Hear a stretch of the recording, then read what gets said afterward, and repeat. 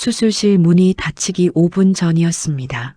어머니는 얇은 환자복 차림으로 침대에 누워 있었고 복도 끝 형광등은 유난히 차갑게 빛나고 있었습니다. 간호사는 마지막으로 보호자 확인 서류를 내밀었습니다. 그런데 보호자란에 적힌 이름은 제가 아니었습니다. 여러분 통장, 지금 본인 명의가 맞습니까? 어머니의 통장은 평생의 기록이었습니다.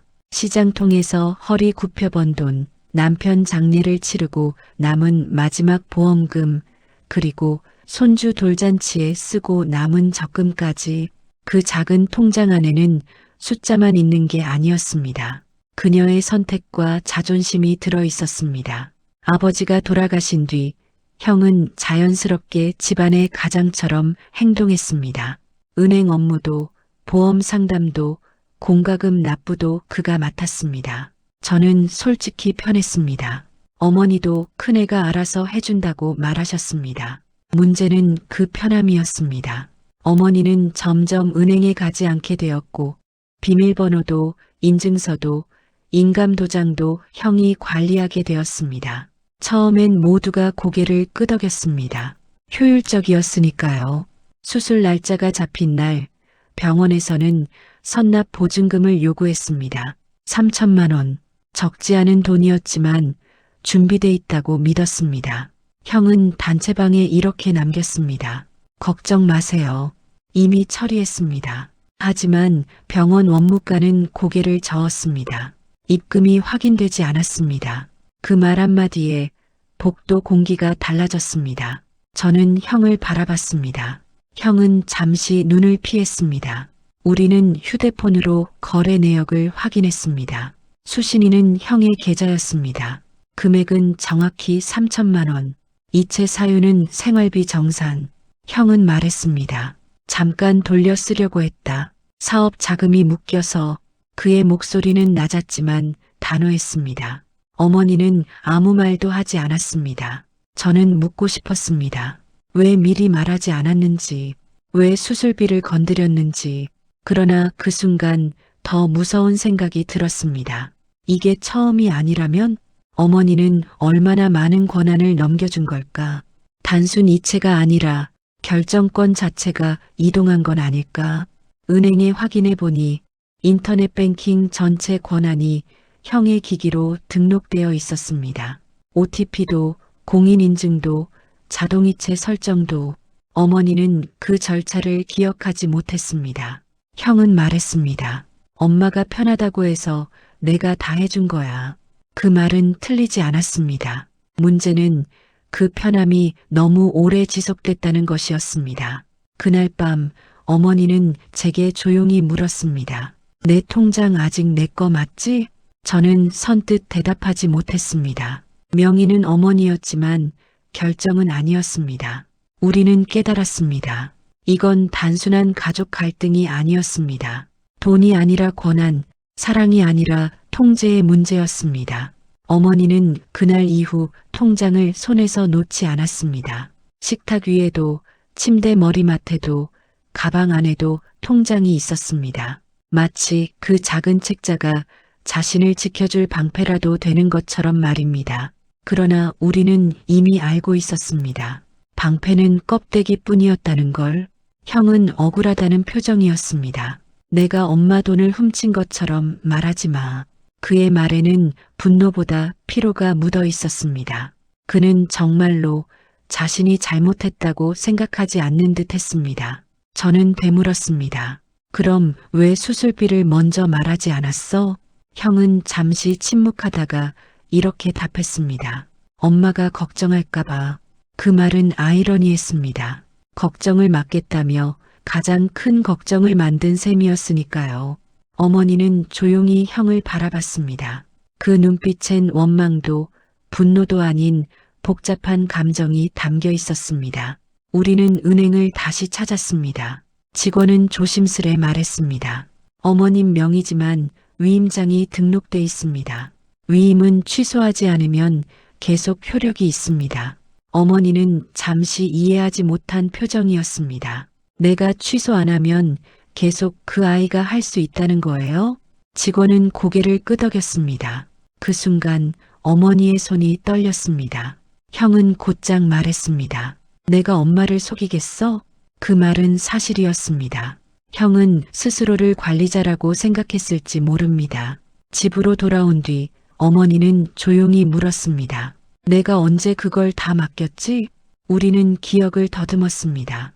병원 접수, 보험 갱신, 카드 재발금 모두 형이 처리했습니다.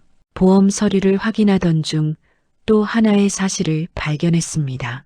수익자가 장남으로 변경되어 있었습니다. 어머니는 그 줄을 읽어본 기억이 없다고 했습니다.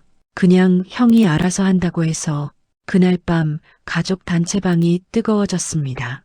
동생은 형을 몰아붙였고 형은 내가 아니면 누가 하냐고 맞섰습니다.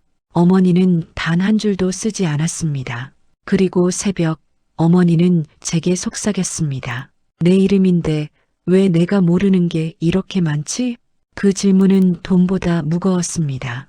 그건 통제권의 문제였습니다. 그때 우리는 깨달았습니다.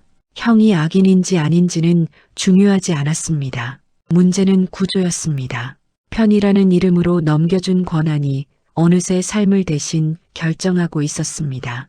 우리는 더 이상 묻지 않았습니다. 누가 잘못했는가가 아니라 지금이라도 되돌릴 수 있는가를 생각했습니다. 어머니는 조용히 말했습니다. 내가 다시 가져올 수 있을까? 다음 날 아침 어머니는 평소보다 일찍 일어나셨습니다. 밤새 한숨도 못 주무신 듯 눈가가 붉어 있었습니다. 식탁 위에는 통장과 인감도장이 나란히 놓여 있었습니다. 마치 오랜 시간 떨어져 있던 두 물건이 다시 만난 것처럼 말입니다. 어머니는 조용히 말했습니다. 은행 다시 가자. 그 말은 부탁이 아니라 선언처럼 들렸습니다. 저는 그 순간 어머니의 표정에서 처음 보는 단단함을 느꼈습니다. 은행 창구 앞에서 어머니는 또박또박 말했습니다. 위임 철회하고 싶습니다. 직원은 몇 가지 확인 절차를 안내했습니다. 신분증, 인감, 그리고 본인 의사 확인. 형은 그 자리에 없었습니다. 그는 전날 밤 그렇게까지 할 필요 있냐고 말했습니다. 가족끼리 이러는 거 아니다. 하지만 어머니는 대답하지 않았습니다. 서류에 도장을 찍는 순간 어머니의 손이 잠시 멈췄습니다. 그 손은 수십 년 동안 자식의 도시락을 싸고 병원비를 대신 내주고 빚을 갚아주던 손이었습니다. 도장이 찍히자 직원은 말했습니다. 이제 모든 금융 권한은 다시 어머님께 있습니다. 그 짧은 문장이 이상하게도 무겁게 들렸습니다.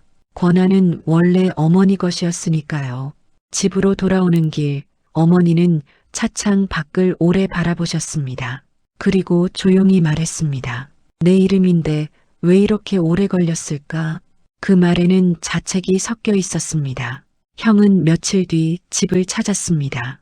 표정은 굳어 있었지만 목소리는 낮았습니다. 엄마, 내가 나쁜 사람 된 것 같네.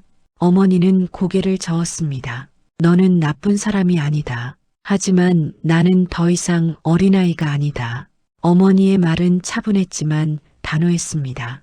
그날 처음으로 관계의 방향이 바뀌었습니다. 어머니는 통장을 다시 서랍에 넣었습니다.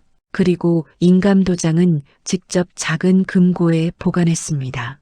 열쇠는 본인이 지니겠다고 했습니다. 작은 행동이었지만 큰 변화였습니다. 이 사건은 형을 감옥에 보내지 않았습니다. 누군가를 완전히 끊어내지도 않았습니다. 다만 한 가지를 되찾았습니다. 어머니의 결정권. 요즘 주변에서 비슷한 이야기를 자주 듣습니다. 편해서 맡겼다. 자식이 하니까 괜찮다. 하지만 편함은 때로 아주 조용하게 권한을 옮깁니다. 부모의 통장을 관리하는 순간 우리는 부모의 삶 일부를 대신 결정하게 됩니다. 그 결정이 선의일지라도 설명과 동의가 없다면 통제가 됩니다. 마지막으로 어머니는 이렇게 말했습니다. 사랑은 무조건이지만 존중은 조건이 있다. 그 말은 우리 모두를 멈춰 세웠습니다.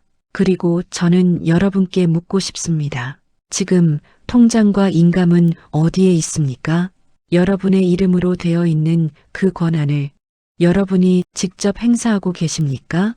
구독과 좋아요로 응원해 주세요.